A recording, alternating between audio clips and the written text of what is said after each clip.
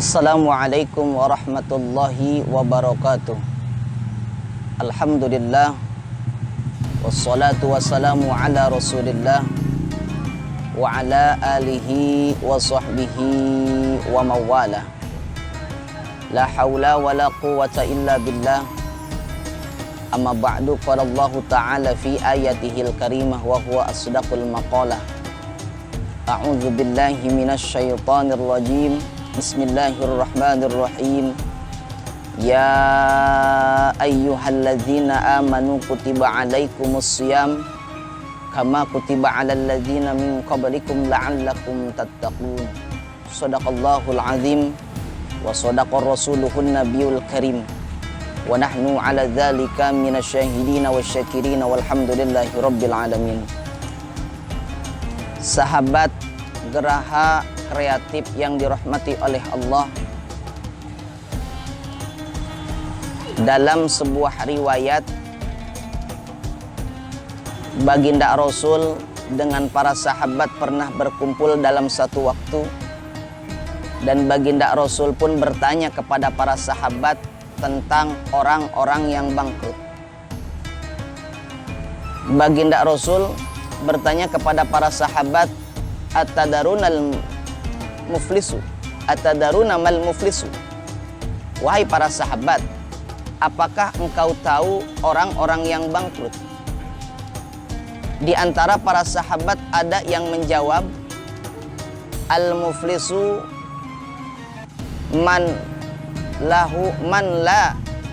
dirhamalah wala mata. Orang-orang yang bangkrut adalah orang-orang yang tidak mempunyai uang dan tidak mempunyai harta. Dan Baginda Rasul pun menjelaskan, annal muflisa, bahwa orang-orang yang muflis, orang-orang yang bangkrut adalah orang-orang yang datang di hari kiamat bisolatin, datang dengan amal solatnya, wasiyamin, datang dengan amal puasanya, wazakatin, datang dengan amal zakatnya menghadap Allah. Akan tetapi qad syatama hadza,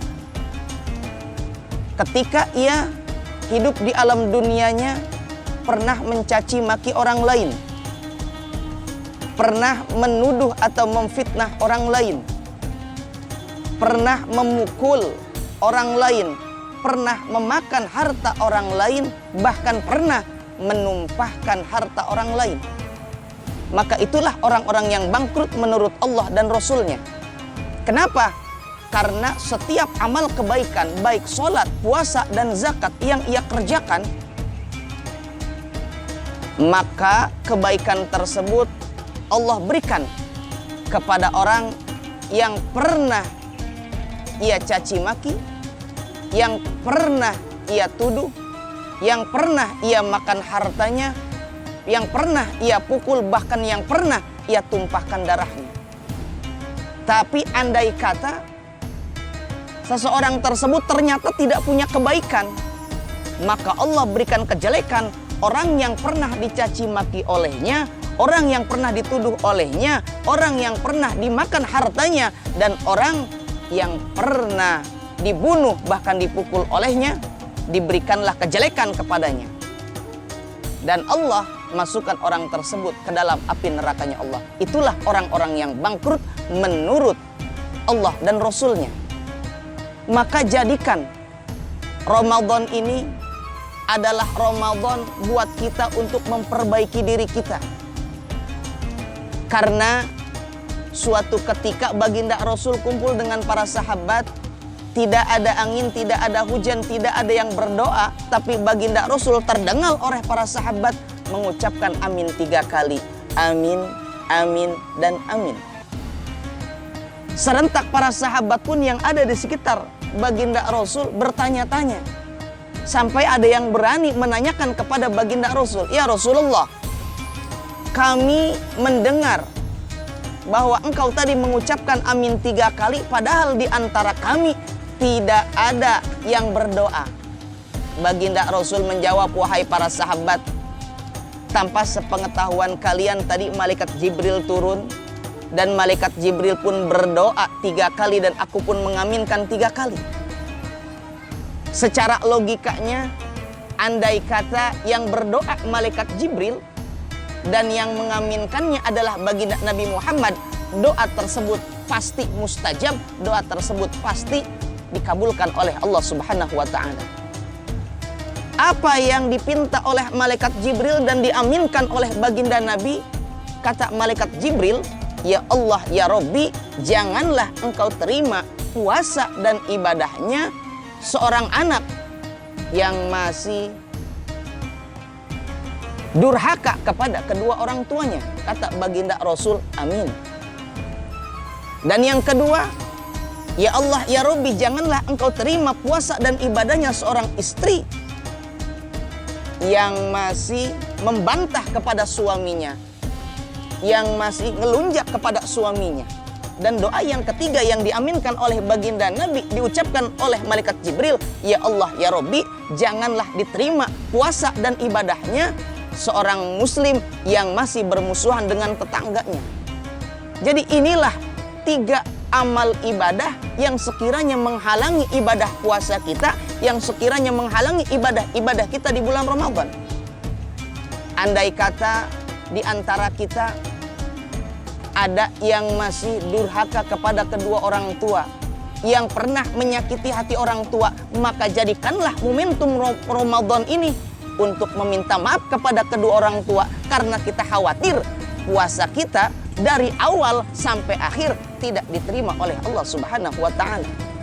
Di antara kita mungkin tidak semua menjadi orang tua, tapi yakin di antara kita menjadi anak. Maka jadikanlah puasa ini sebagai momentum untuk meminta maaf kepada kedua orang tua.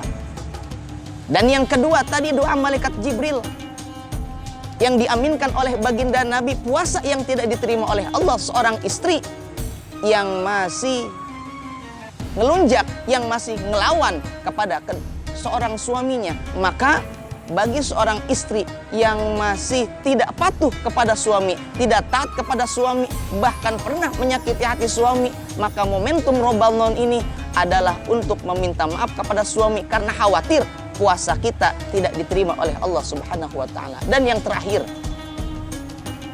doa malaikat Jibril, jikalau seorang muslim melakukan puasa, ibadah-ibadah yang lainnya, akan tetapi dia masih menyimpan permusuhan dengan tetangganya, inilah yang tidak diterima oleh Allah Subhanahu wa ta'ala. Meminta maaf memang berat, tapi memaafkan adalah lebih berat. Tapi tidak akan mengurangi kehormatan, kemuliaan orang yang meminta maaf ataupun yang memaafkan. Sahabat Geraha Kreatif yang dirahmati oleh Allah, mudah-mudahan puasa kita di awal Ramadan sampai akhir ini diterima oleh Allah Subhanahu wa ta'ala dan mendapatkan pahala yang berlimpah, sehingga kita menyandang predikat la'allakum tattaqun. Ini menjadikan sebuah instruksi dari Allah. Ketika kita puasa di bulan Ramadan, maka Allah menjadikan kita orang-orang yang bertakwa di hadapan Allah Subhanahu wa ta'ala. Cukup sekian. Mudah-mudahan apa yang saya sampaikan tadi bisa bermanfaat buat kita semua. Kurang lebihnya mohon maaf.